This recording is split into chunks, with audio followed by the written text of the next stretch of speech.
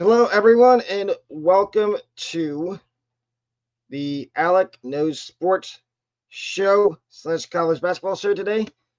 Today, I am introducing a new member to the team. Please welcome on Mr. John Ryan. How are you doing on this I'm lovely doing good, Friday Alec. morning? Thanks for having me on the show here. Sorry for the technical difficulties I had this morning, but now we're rolling. How are you doing? Good. So, tell everybody a little bit about yourself and what you do on YouTube. I've seen some of your content.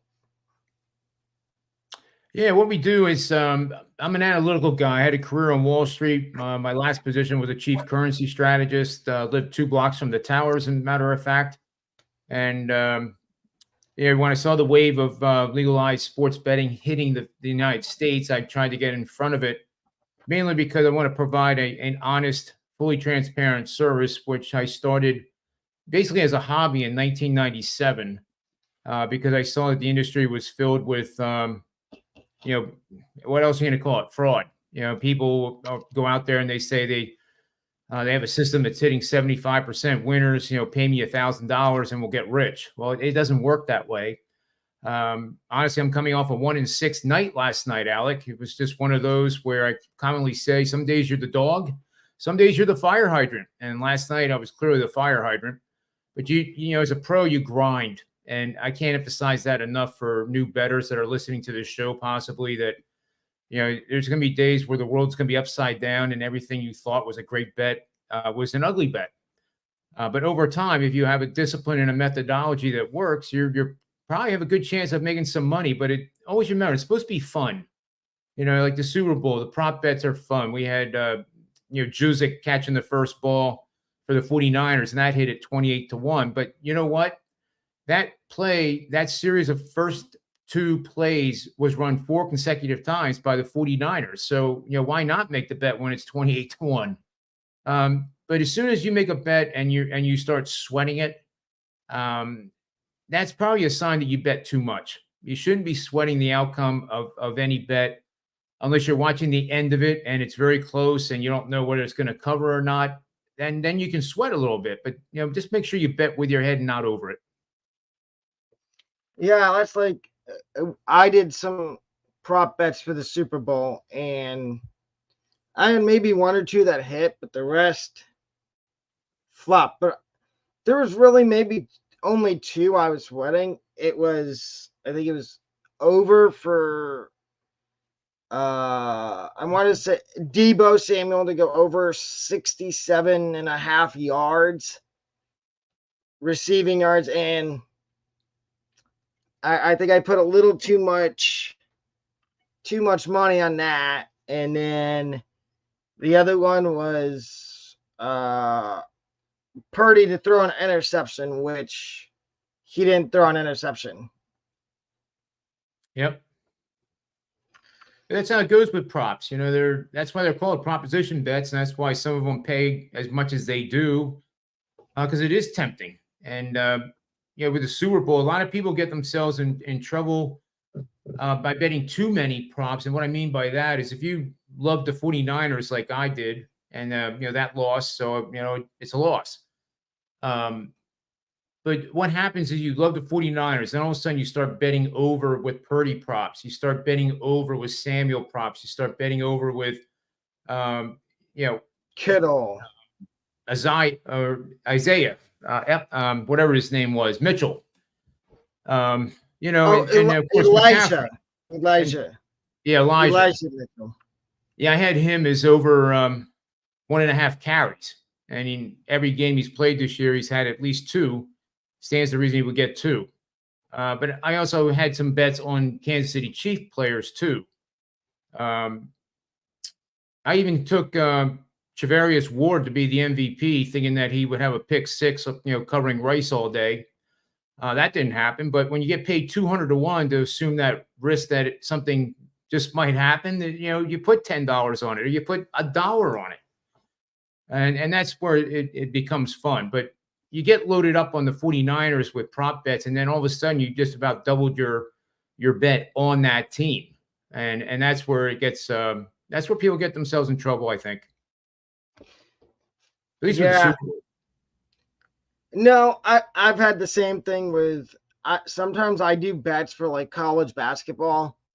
A couple weeks ago, there was one I did where I had to get 3 out of 4 right in order to win. I think it was like $30, and I missed it by like that much because there was a game I needed the over to hit, and the over missed by like a half a point. Yeah, but the hook.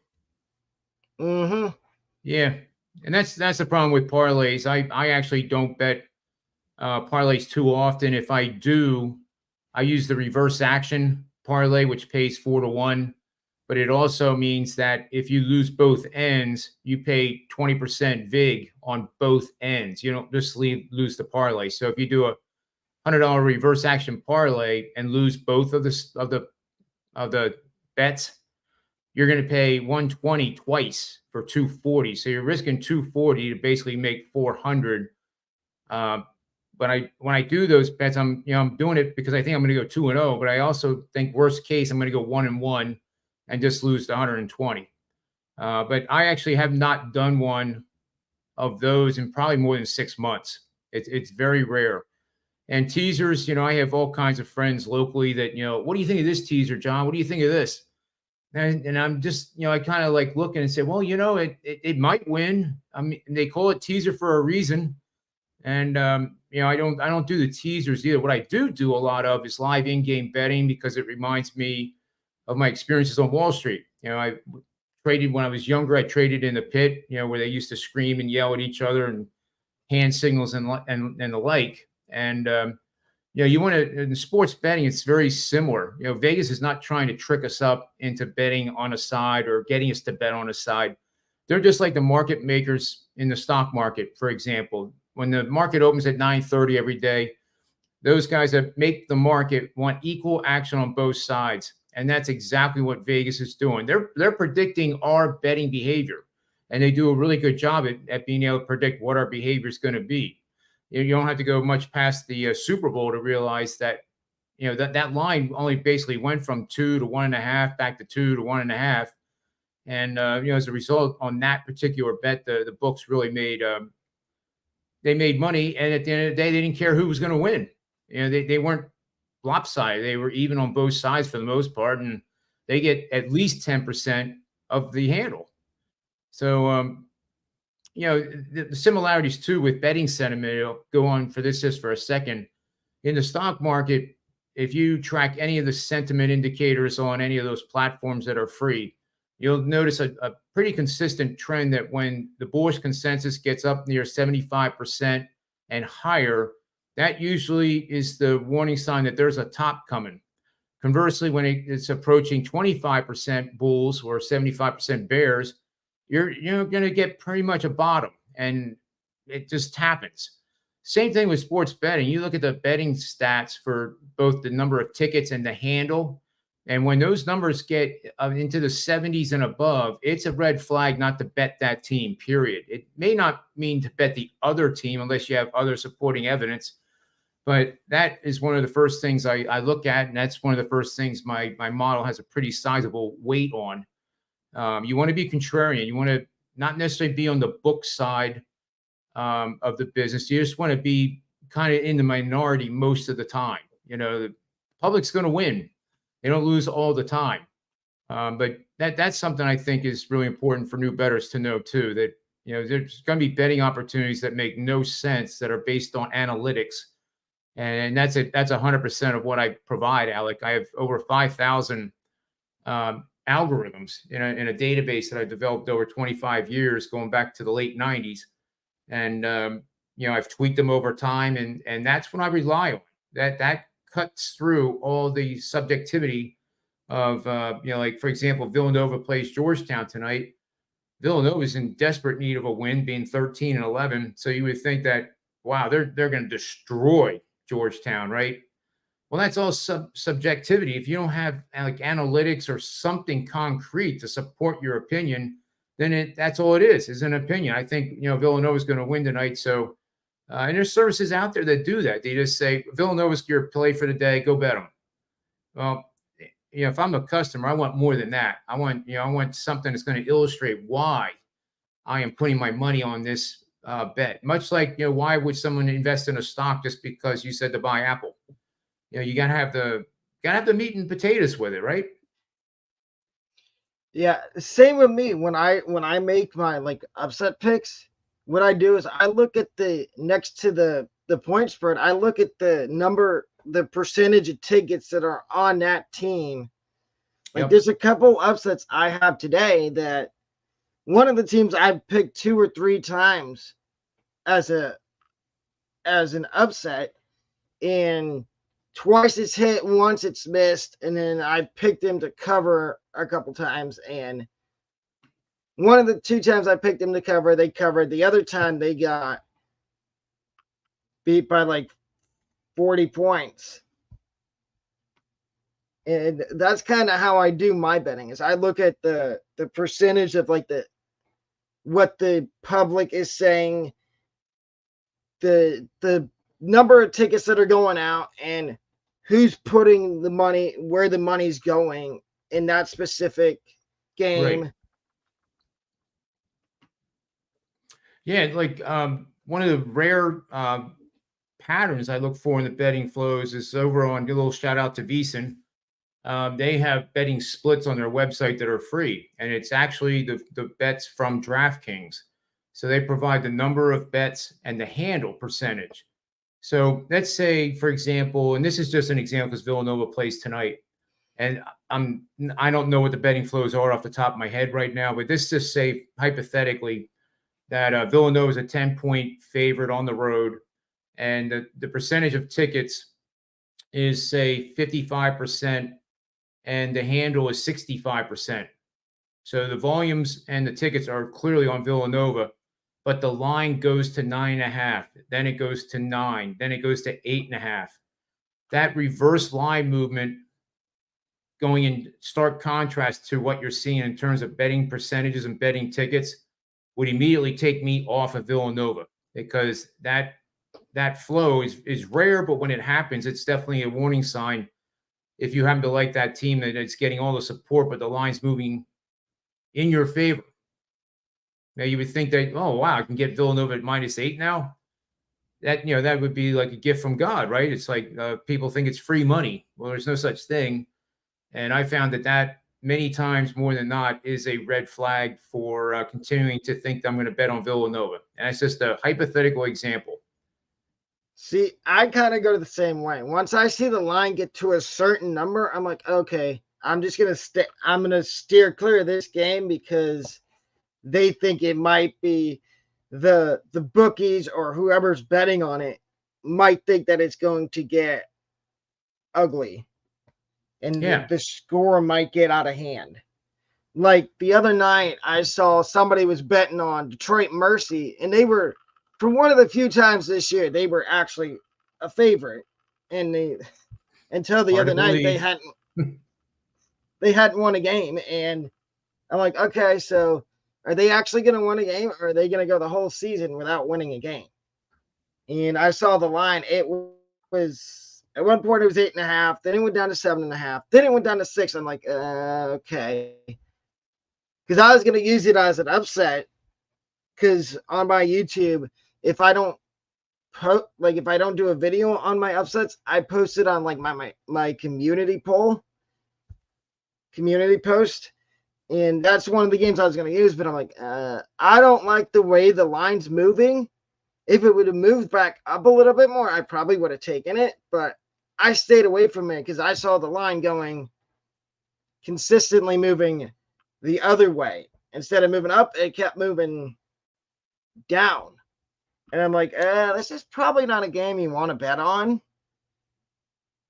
However, if you're able to watch the game in situations like that, where it makes no sense that a team is favored, I'll give you this example. Auburn played South Carolina earlier this week. Auburn is a 13th ranked team, South Carolina 11, right? Auburn's at home favored by double digits. But according to the voters, they're not as good as South Carolina, or at least they're equal. So why in the world is Auburn favored by 11.5? So in that situation, you can, think that, okay, Auburn's going to win this game. Are they going to cover the 11.5? Well, I'll bet 50% pre-flop. And then watching the game, if you get a line that's down in that 6.5, 7.5 range, then you put another 25% in. If it gets even lower than that, put another 25% in. Worst case scenario is what exactly happened. Auburn just, blew them off the court and won by, I forget how much it was. It was a ton. They covered quite easily. But that's another one of those games that just clearly stuck out. Like, why in the world is this a double-digit favorite when these are two ranked teams that are evenly, matched? But just more food for thought. Yeah, and then that's like the other day I saw South Florida. They played. It was, I want to say, either North Texas or Rice, and somehow North Texas. If they were playing North Texas, I can understand why they weren't favored because it was at North Texas, and North Texas is really good on their home court. But I'm pretty sure it was Rice, and Rice was favored by like 2.5. And I'm like, why is Rice favored? And this is they're playing at USF. I'm like, why is Rice favored in this game? It's at USF. And I thought, like, oh, USF should be the one favored, not Rice. Yeah. That's a flag for sure. Then you got to start digging. And then everybody's like, oh, I'm like, why isn't USF ranked? And I've gotten many different replies from people that are like, oh, it's because they have a negative resume. They don't play anybody that's really good. They beat FSU, and I understand FSU this year is not, I wouldn't say bad at basketball, but they're not what they normally are. Yep. Yeah. That's why you've got like Krzyzewski retired, Roy Williams, because they can't use, it's not that they can't use the transfer portal, but they just choose not to. And then you got NIL that's coming into play now. And to me, that's ruining not only college basketball, but it's ruining college football big time. Oh, it is. The numbers in the portal this year were mind-blowing. If you don't get playing time and you want to be a pro and get drafted, you have to make that move. It's the only way you're going to get recognized. And I don't like it one bit. And I don't know necessarily, the horse is out of the barn now, so you can't go back and say, well, if you want to transfer, you got to take a year off. It's a mess for sure. It is. Like, I think the teams I'll mention this, like the teams that are, let's say of the top 25 teams at the end of the poll this year, the teams that have the least amount of transfers in and out in total are the ones that you want to put on your radar for the following season, such as Penn State. They're it's way off in the future, but I think that's a team that can win a national title in the next as long as Drew Allard, the quarterback, is there, and they have the weapons that they have, the running backs that they have coming back instead of going to the pro or transferring. I think they're going to be a power in this new Big Ten conference where, think about it, they don't have to play Michigan and Ohio State every year now. They're only play one of them. And with 12 teams in the playoffs, you can afford that loss now. It's not a death sentence to make the Final Four. So it's going to be interesting to see how that all plays out. But that's something, down the road for futures bet maybe on Penn State to not just say win the Big Ten, because that's a big ask because there's so many teams now in it. That was one of my favorite trivia questions, Al. You're sitting in a bar and talking sports, and maybe you're talking to somebody a little bit obnoxious and thinks they know everything. And you're just kind of playing around. You say, all right, name the teams in the Big Ten. And they go 1, 2, 3. They count them on their fingers, right? And they get to 10, they stop. Well, now we have what, 18? I don't know how many we have. I don't know. Do you keep that thing Washington, because the brand is so Oregon, powerful? Washington, Oregon, UCLA, USC. And then now there's talk about maybe Florida State and North Carolina jumping ship to the Big Ten. And Notre Dame's going to have to do something too. They can't keep going the way they're going. I mean, I'm friends with somebody that went to Notre Dame, and I interviewed him a couple months ago, and I asked him the question. I'm like, do you think Notre Dame is ever going to join a conference? And he said no, because they don't want to lose their TV deal with NBC. And he thinks if they join like the Big Ten or the ACC, that they'll lose their TV rights to They probably will. NBC. Probably would. Just like the ACC SEC and the SEC all have their own networks. Well, yeah, and then the SEC just lost their TV deal for this season with CBS, because the Big Ten gave them more money to take it. Wait till Apple Computer gets involved with this, because there's rumblings that they're going to take over the NBA telecast. They've already taken over the MLS. So that's the big player out there that's can just drown anybody's bid.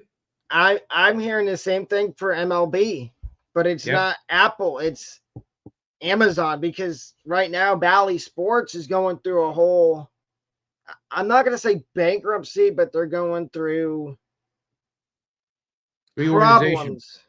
Yep. And they're talking about there's no deal in place yet, but they're talking about Amazon at some point taking over MLB, which MLB, they've already lost a lot of fans because of the way the commissioner handles things.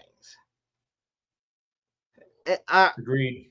And I've gone on a rant about it a bunch on my show, talking about how Rob Manfred just needs to go, like, because one, if Bud Selig was still the commissioner of baseball when the Astros won the World Series in, I think, 2017, they would have gotten it taken away. Right. Because there was proof that they cheated, just like now you fast forward and you look at Michigan. Michigan did the same thing, but minus the whole trash can. Harbaugh paid recruits with cheeseburgers, and then the whole sign stealing, which I'm friends with a bunch of Michigan fans, and they say, oh no, y'all Ohio State fans are just salty because we beat them 3 years in a row. What they don't realize, if they would have played Ohio State in 2020, we would have probably beaten them.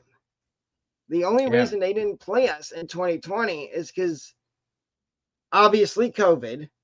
Yeah. But I think they were scared. And people are like, oh no, because I get into, I'm not going to say arguments, I get into disagreements with Michigan fans on the daily about why Harbaugh left, why most of the coaching staff left at Michigan. And what they don't realize is the NCAA is going to, I'm not gonna say bring the hammer down, but they're gonna get they are sizable punishment.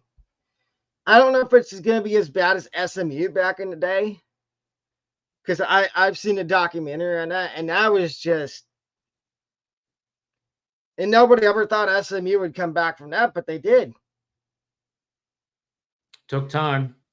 And here's the last thing I'm going to say, and then I'm going to give you my upset picks, and you tell me what you think of them. This is the last thing I'm going to say. And I looked at Michigan's their win total for this year. I think it's 9.5. Yep. In my opinion, I would easily take, I don't think they're winning more than 8 games. Agreed. Because everybody they lost on offense, Corum's gone, McCarthy's gone, Harbaugh, Sharon Moore I mean, I like Sharon Moore, but I don't know if he's ready to be a head coach. What people Got his don't hands full. realize, yeah, but what people don't realize with Sharon Moore, when he was the interim coach, he was interim coach, but Harbaugh still had Yep. a say in what he could do. But so if you're betting on that, would you take like Ohio State? Their win total set at I think it's 10.5.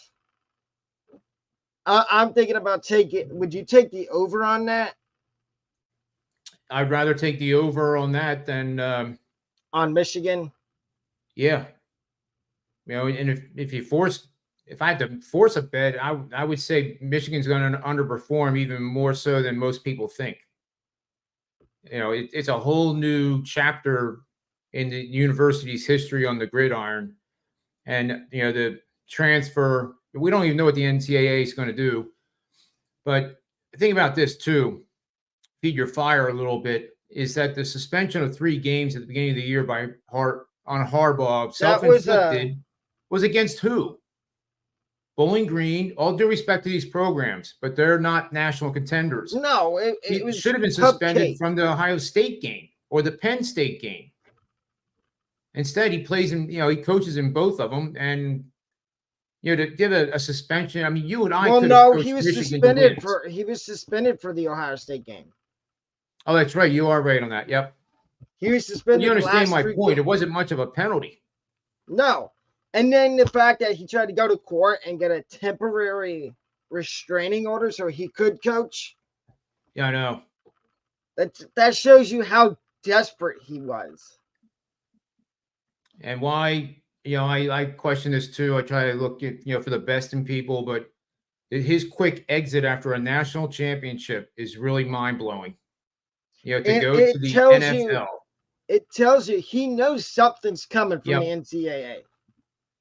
I But do all know the that it was mentioned in the contract negotiations for him to stay, that if the NCAA came down with, a series of penalties, fines, whatever, suspensions, that it would be a clause in there that he would not be fired by the university. I don't know if that's true. It's just stuff I hear from some of the people I know. But it makes sense to me. No offense to Michigan fans or Michigan team, but name one college football coach that has left their program after a championship season. I can't think of any. neither can I, other than like Urban Meyer after he won that championship with Ohio State. A couple years down the road, he retired and gave Yeah. the reins to Ryan Day. And that's another whole thing that I get into arguments with people about, especially Michigan fans. They think it's okay to say, oh, we've beaten y'all 3 years in a row. Ryan Day should be fired. They're out of their First minds. of all, you don't have, other than the last 3 years, you don't have any room to talk because for the last decade, we dominated y'all. We beat you handedly every year. When was Michigan's last championship before this one? That's I all you don't have to think I was say. alive. I don't think you were. No. No. I started watching college football in 2007 when Appalachian State, my very first memory of college football was when App State beat Michigan. I was on a show recently had a player that was on that Appalachian State team. And quite a story. I mean, that is still the biggest upset in college football That's history, why bar everybody none. coins them now Happy Appy, because they have the tendency to, when nobody picks them to win, they have the tendency to beat a power. Well, Yep. now it's Power 4. It used to be Power 5 before, obviously, everything with the Pac-12, which I feel bad for Oregon State and Washington State. They got done. They got the bad end of the stick with the Pac-12. No question. I think about But all the other programs, like all the sports teams. Girls softball now is in the Big Ten. How's that going to work? if you've ever been to any of the Big Ten schools, the season for baseball and softball is not nearly as long as if you go to a place like Wichita State or Rice or Texas or Southern California, and that's why those teams are so much better too. But the whole Pac-12 kind of blew it. The executives of that conference just they had three didn't do different. anything to make it better. At one point, they had 3 different TV deals, and they got greedy. Yep. They wanted more money each time. Like, if I was an executive for the Pac-12, I would have taken that first TV deal. I think it was around 35 million. It was a ton. And then they just said, no, we want more money. And then ESPN came back to them again with a counter offer, but it was lower. But I looked at what it was. They wanted more revenue. Yep. And Higher then they percentage tried of it. Yep. And then Amazon came in, gave them a lot less money. If the Pac-12 would have taken that first deal from ESPN, we wouldn't have the Big Ten the way it is now with Oregon, Exactly. Washington, UCLA, USC. And Yep. I tell people, this geographically does not make sense. You're going to tell me a Big Ten team has to go fly all the way from across the country. Rutgers exactly. plays UCLA. Yeah, and you're going to tell me they have to fly from Piscataway, New Jersey. Yep. To Pasadena. No. LAX. LAX, Los Angeles to play UCLA. See, like Oregon. And still be a student. Exactly. But the only one that made a little sense to me was Oregon, because for Ohio State and some of the Big Ten teams, that's not that far of a. It's right. not as far flying there as it is Washington, Oregon, and UCLA and USC. Yep. And there's 3 teams, Penn State, Rutgers, Maryland, that are pretty long trips. I feel bad for them. They got the short end of the you know what. Exactly. They got the short end of that, and it's blasphemy. And then you think about it, maybe where does Florida State go if they leave the ACC? I've heard the Big Ten, I've heard the SEC, but Florida's trying to block them getting into the SEC. To me, it sounds like rightfully so. They should block it because they're going to get beat by them. They play each other no matter what. But because of the state rivalry, but still. See, that's like you basically have 2 conferences now: the Big Ten and the SEC, and the also rans. Because Oklahoma, Texas now in the SEC, that's like Oregon and Washington coming to the Big Ten. It's there's going to be a possibility when we get to this playoff that a 3-loss team is going to be in that top 12, simply because of the strength of schedule. See, if they lose 3 road games to teams ranked in the top 10, say, they'll be given a pass.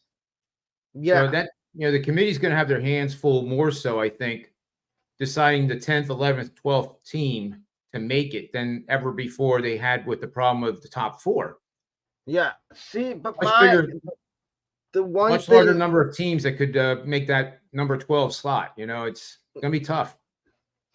See, and then what people are telling me is that, then 13, 14, 15 are going to say, and 16, those teams are going to say, we should be in. And then they're going to go back to the committee and say, we need to expand to a 16-team playoff. That's not going to work. That's not going to work, because then that cuts out a week of school. You have to start the season a week earlier. Cut a conference week off for everybody. And the one other thing I'm going to say is, so Florida State plays Florida every year. I understand UCF's in the Big 12 now, but why don't they have to play South Florida every year? That's the Warren I-4. Yep. It's one of the, I agree. In my opinion, it's one of the best rivalries in the state of Florida. Yep. Other than Miami and Florida State, which that really hasn't been a rivalry lately. Yeah, when it was Michael Irvin at Miami a long time ago, then yeah, it was a very big rivalry. Yeah, that was with Bobby Bowden and those games. I mean, they were always the winner, the loser basically was out of the national championship potential. So there was always a lot on the line, ton. Now, not so much. No, that's like Michigan State. That used Yeah, to be a big time rivalry, and now Michigan is just kind of wiping the floor with them, and then they come out and say, "Oh, that's our little brother." I mean, in a sense, yes, it is, but at the same time, be careful what you wish for it's because true. It all comes around. it But does, and imagine this: like I think of the USC's and UCLA kids. Many of them haven't played a game under 40 degrees, and they're going to go to East Lansing to play Michigan State in say the middle of October. You know what a home field advantage that's going to be. that's going to be a wake up call for them. They're going to be Yeah, like, it's going to "Why be a did our cold one too. president?" They're going to be like, "Oh, why did our president of our school decide to put us in the Big Ten? Can we please go back to the Pac-12?" But no, and then the other thing is, I just don't understand what the whole narrative. As an Ohio State fan, we had Kyle McCord this year, and everybody jumped on him after every game and was talking about, "Oh, he's not that good of a quarterback, even though he's got Marvin Harrison." And it's like, okay, maybe we should pump the brakes because we've kind of been over the last 7 to 10 years. We've been, what's the word I'm looking for? I'm not going to say spoiled, but I we've would been, call you almost a dynasty. yeah. You've Whether it always was, been in the national championship talk. You know, far more than any other Big Ten school. yeah, we have, but people are like, oh, the whole narrative out on Ohio State quarterbacks was, oh, they don't do well in the NFL. They last 1 or 2 years, and then they fizzle out. I mean, but look at Justin Fields. But everybody wants to say, oh, he's a bust. Chicago, I'm sorry to Bears fans, but your organization is terrible with getting the franchise quarterbacks. And now you're talking about trading Justin Fields? I think they should keep them and draft them and plug the holes that they need to plug. And I think they would be a playoff team. If they I do trade him, too. I don't think they make the playoffs. No, They and played very well down the stretch too. Remember, they, they won like 5 of the last 6. they did. And they were talking about getting rid of Eberflus. And then look what happens. Like their season turns around and they were close to making the playoffs. Yep. If the teams in their division would have choked, they probably would have made the playoffs. And I agree. They're one step away. They are. And it would be the dumbest thing ever for them to get rid of Justin Fields. I agree 100%. I don't care what people say about Caleb Williams. He's not, I'm sorry, he's not worthy of the number 1 overall pick. I like the LSU guy. Jane Daniels? Yep. I mean, I do too, but I see people putting him, like, I watch mock drafts on YouTube from other YouTubers, and they talk about Jane Daniels going in like the top 3. I just think that's it's a little reach, crazy. but it might be a good one. Yeah. He's got the size that, Williams doesn't have. And same with Drake May. Yeah. But let me give you some of my upsets. So my first one is Jacksonville University +2 to upset Queens. And I looked at the tickets for this game, and they're slightly leaning towards Jacksonville University and the +2. But I want your insights. If you're betting on, if you were going to take Jacksonville University plus the points, what would you do? Let's see. First of all, I don't know much about Queens University, but they are just recently came up to the Division 1. They were a Division 2 team. Yep. Like in the A-Sun, I went to school at North Florida. The A-Sun, we've had a lot of like turnover over the 4 years I was there. Like when I first got there, Queens wasn't in there. It was JU, UNF, Kennesaw State, Stetson, North Alabama, and a couple other teams. But we've had Liberty left to go to Conference USA. Jacksonville State was in the A-Sun for like a year and a half, and then they jumped to Conference USA. And this year coming up, Kennesaw State's leaving. So I like this. I'm looking at the markets right now. I like what I'm seeing on the betting flows with Jacksonville, and then there is a pretty good betting system hitting 67% over the last 25 years. You're betting on road teams priced between the three, so either a 3-point favorite or 3-point dog. That team's gone under the total by 30 or more points in their last 3 games. So that usually portends to mean that they're playing better defense, not necessarily shooting the ball poorly. And that set of parameters has gone 67%, 50, and 25 with 3 pushes since 1996. Kind of mediocre over the last 5 years at 21 and 16 against the spread, but still a pretty meaningful system to consider a bet on Jacksonville here. So I think I wouldn't be surprised at all to see them win. And I think if they do win, it's gonna be more than a couple points. My second one, and I took North Florida on Wednesday to upset Queens, which is why I went back to that avenue again with Queens, but I did JU, Jacksonville University. But I've got North Florida plus 2.5 to upset Kennesaw State. And I looked at this one previously because they've already played Kennesaw State once and they beat them 84-75. But at that time, I think UNF was the favorite. Now they're on the opposite end. Here, I might be in a little bit disagreement, respectfully. This isn't a strong. This is just a lean. I would lean towards Kennesaw State. So in a situation like this, when I try to hopefully teach people is that you like North Florida, so they're the dog coming in. Let's say Kennesaw State gets off to a fast start because they're playing at home and it's a game that both teams need to win. Obviously, you're going to have an opportunity to bet North Florida at 7.5 during the first half of action if that actually happens. So you want to keep the powder dry, so to speak. Maybe the suggestion here would be to bet North Florida pre-flop for a little bit and then have that ammunition to add to it if Kennesaw State gets off to a really strong start, because your belief should not change in college or the NBA that your team, North Florida, is going to win the game. Many times we see it in the NBA, there's 10-point runs all the time.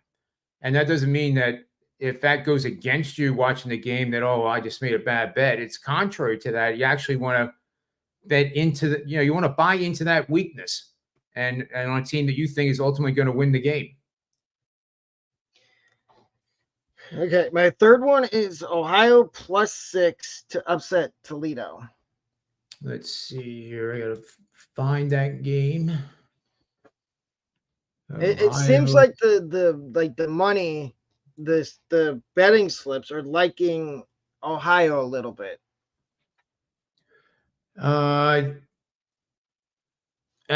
This is off the VSiN site. The DraftKings number right now, 35% of the tickets, 38% of the handle is on Ohio. Toledo seeing 65%, obviously tickets, 62% of the handle. So,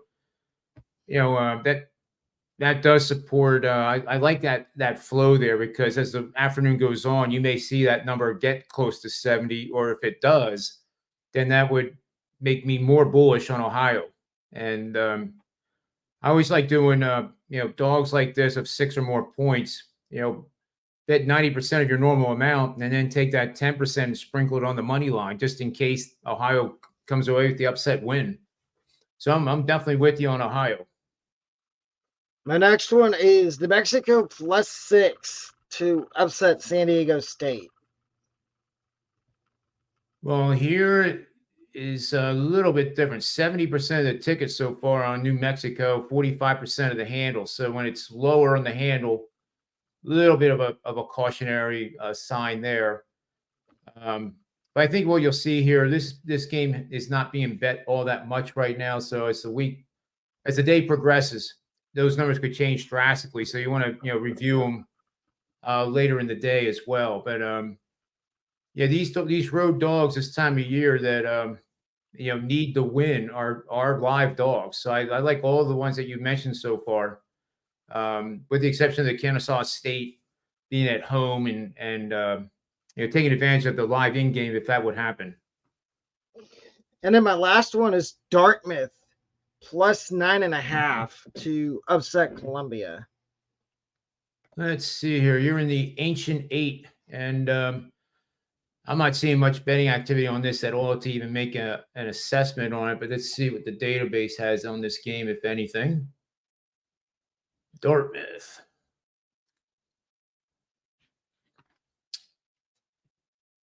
Where is Dartmouth here? There it is. 7:00 tonight. Columbia 9.5-point favorite. Low scoring game here, which would be expected. 135.5. So another thing I do is I take what the market is telling us. So let's say it's 136 for the total. That essentially is what's 136 divided by 2, like 68.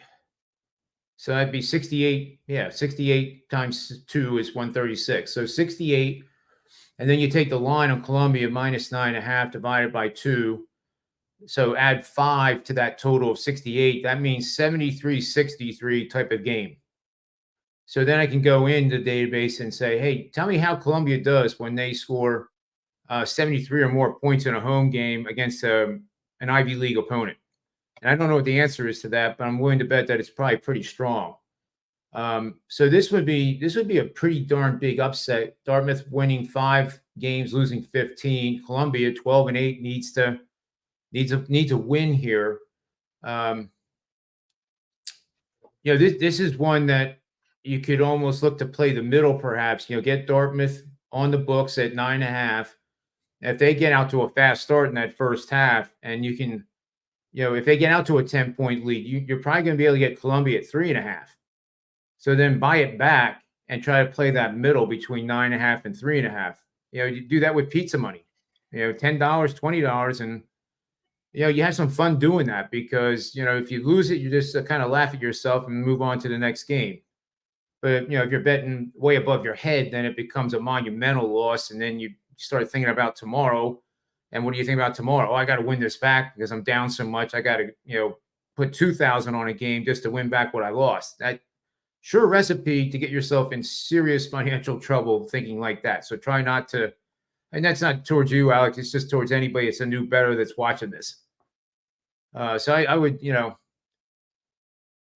else is interesting for a parlay? And I said earlier in the show, I don't really like doing parlays, but money line parlays I will do from time to time in hockey. I'll take 2, 175 dogs and parlay them together with pizza money, $10, and those can pay off pretty big. Same thing in Major League Baseball. This is a situation with your dogs where put $5 on 3 of the 4 that you mentioned.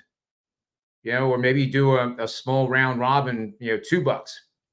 And if they hit, they hit. And, $2 suddenly turns into a much, much bigger number. But if you lose $2, you're not going to lose sleep over it, right? Now, and then, so future bets for college football. Who would you take for national championship? Well, I mean, I said that earlier, I know you're a big Ohio State fan, but I think this year and next year, Penn State is on the precipice of a contending for a title. So the other reason I like them too, and I don't have it in front of me, but I can easily pull it up. is that you're getting tremendous value in assuming that risk. Let's see what Bet ESPN has.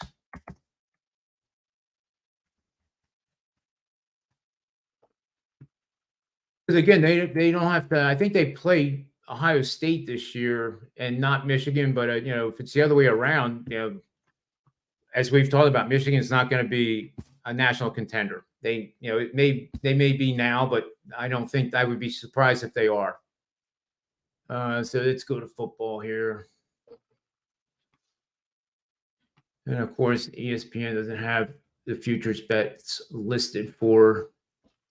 That's bizarre. You might want to go to try DraftKings. Okay. DraftKings might have.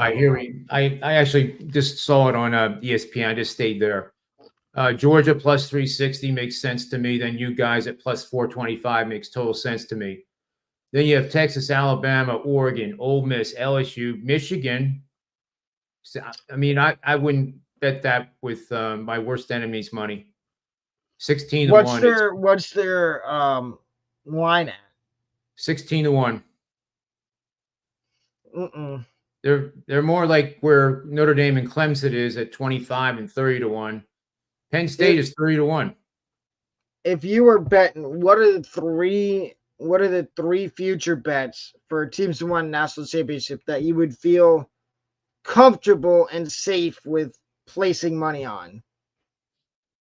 Well, in addition to Penn State, I would look at Texas at 8 to 1. They ought to be very, very good again. And Ole Miss, if they could just get a defense behind Lane Kiffin, and stop winning games 50 to 48. But I love watching those games. They're Saturday night, you watch those barn burners, and they're so entertaining. It's not even funny. But Ole Miss at 13 to 1, I think, is pretty good value here too. And they're 6th on the list behind Georgia, Ohio State, Texas, Alabama, Oregon. Again, Alabama could be right there too again. I mean, but you're only getting paid 12 to 1. Oregon's only getting paid 12 to 1. It's not enough value to get my interest. Instead, I'd rather take a shot at one of the new Big Ten teams. USC's 40 to 1. How about Auburn at 100 to 1? Why not? You put $5 on it and you forget that you even made the bet until they start winning. Then you go, oh my God, look what I got. But we saw that in the PGA Tour here. Not to digress, this year has seen more. 100 to 1. One guy was 350 to 1 to win a tournament, and it's been a trend that's going on and on and on. I think it ends this week at Riviera, but you can apply the same logic to these teams because we're going to have 12 teams in the playoffs. That's not 4. It's going to be much harder to win with that many teams in the playoff rounds and the extra weeks. It's the bye teams are going to have a big advantage. So if any of those teams I mentioned make it to those 4 that don't have to play that first week, that's huge. Okay, on the opposite end of the spectrum, if you're betting, what are 3 bets you would not place on teams that are on that list? Well, Michigan, I would avoid. For obvious. Yeah. For obvious purposes. And then 2 more. Clemson at 30 to 1, I would avoid. What's your reasoning for avoiding Clemson? That they have so many problems with skill positions right now. They have depth, but it hasn't really materialized. They coming off a season like he had is very rare for Sweeney. And the program seems to be in a little bit of disarray in my opinion. I'm not certain on that, but they're not playing up to the levels that we're used to seeing them play in a weak ACC conference. So, relative to the other teams coming out of the SEC and the Big Ten, I that's the reason I think they probably should be avoided.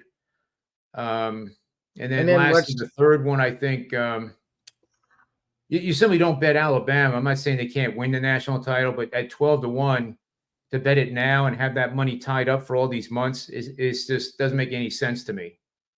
But again, I do, with all due respect to those Ohio State Buckeyes, I think Penn State at 30-1 is a really good value. And granted, they may not make it.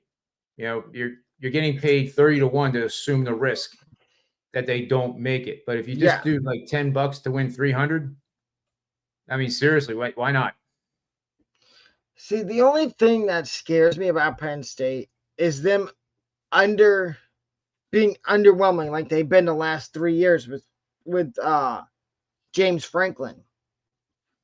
And that's what everybody has an issue with. It doesn't matter if you're a Ohio State fan, Michigan State,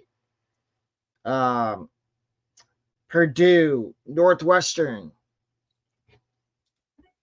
That's the one thing Penn State runs into is that Franklin, he underperforms in the big games. So I'll ask you this question: who did they lose to this year?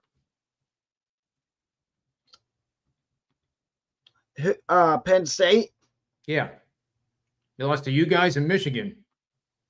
So Michigan won the national title.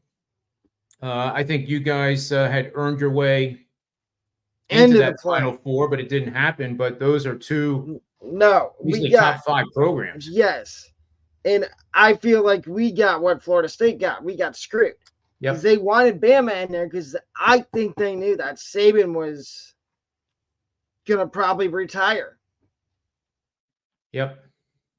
And, but give me one dark horse that you would put money down on for future college football national championship bet. A real dark horse. Is South Florida anywhere on there? I don't see them initially here in the. Because I'd be curious to see what their Central Florida is 400-1. Maybe. I mean, if you were going to do that, how much money would you put down on that? No more than $20. Because you don't have to put more than that on it. You put $20 on it and literally forget it. I think they could win. I think South Florida could win the American because all the juggernauts in that conference are gone. Yeah, and then you have the undefeated team that can make it into the top 12, and it's not an issue of what conference they're in. South Florida is, holy crap. South Florida is 2,000-1 to win it all. I would say that's. Would you worth consider $1 that at least? Right, $1 to make 2,000. Yeah, I mean, would you consider that a dark horse? Yeah, big dark horse. They could be undefeated 8-0 and still flying under the radar on the national scene. Even though I love Golish as a head coach. Everybody was expecting USF to only win 1 game last year, and they won 7. It was either 6 or 7 games. Yep. And then same thing with Northwestern. Like I did previews for every single conference last year when I first got back on YouTube. And one of my first ones was the Big Ten.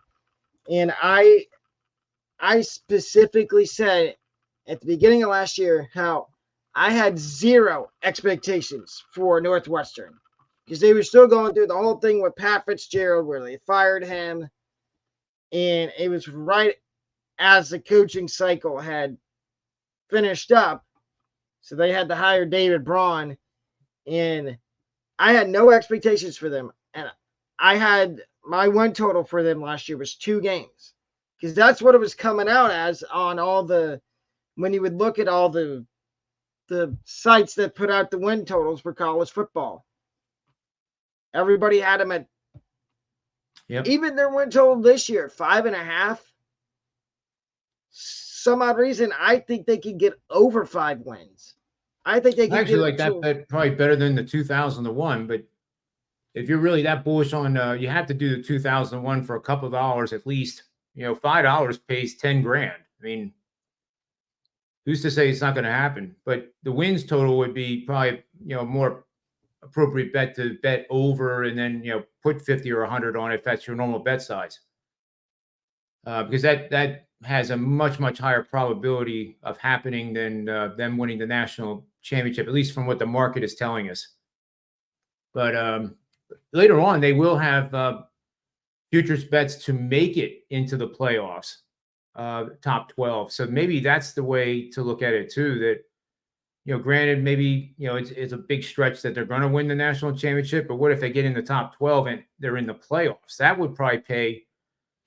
I'm just guessing where it would be, probably close to 1,000 to 1. So then you're reducing the risk substantially, but your payout is still astronomical. Mm-hmm. I think that's going Yeah. to wrap up today's show. Okay. We can stay in contact, and I'll let you know. I think it's going to be Thursdays and Fridays that you come on the show for Okay. college football, and then the mock drafts for the NFL. Yep. Sounds good. Okay. All right. Catch you later. You too.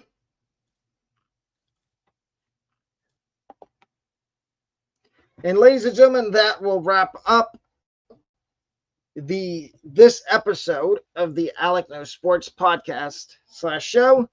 But I will be back later on today for some more college football, way too early conference predictions. Have a great rest of your day.